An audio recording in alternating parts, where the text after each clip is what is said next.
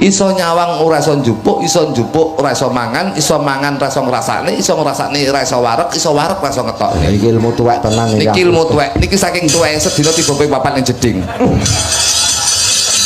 Ayo, apa ki Mas Lidik? Iso nyawang ora iso njupuk ora iso mangan ora iso ngrasakne ora iso wareg ora iso ngetokne. Jadi keikhlasan ragane menungso kaya ngono kuwi. Mbah Lurah peribahasane kuwi. Upamane apa kuwi? Iso nyawang, ora iso njupuk. Kuwi mripat.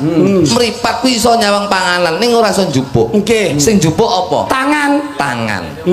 Tangan iso njupuk ning ora iso mangan. Sing mangan apa? Tutuk utawa lambe.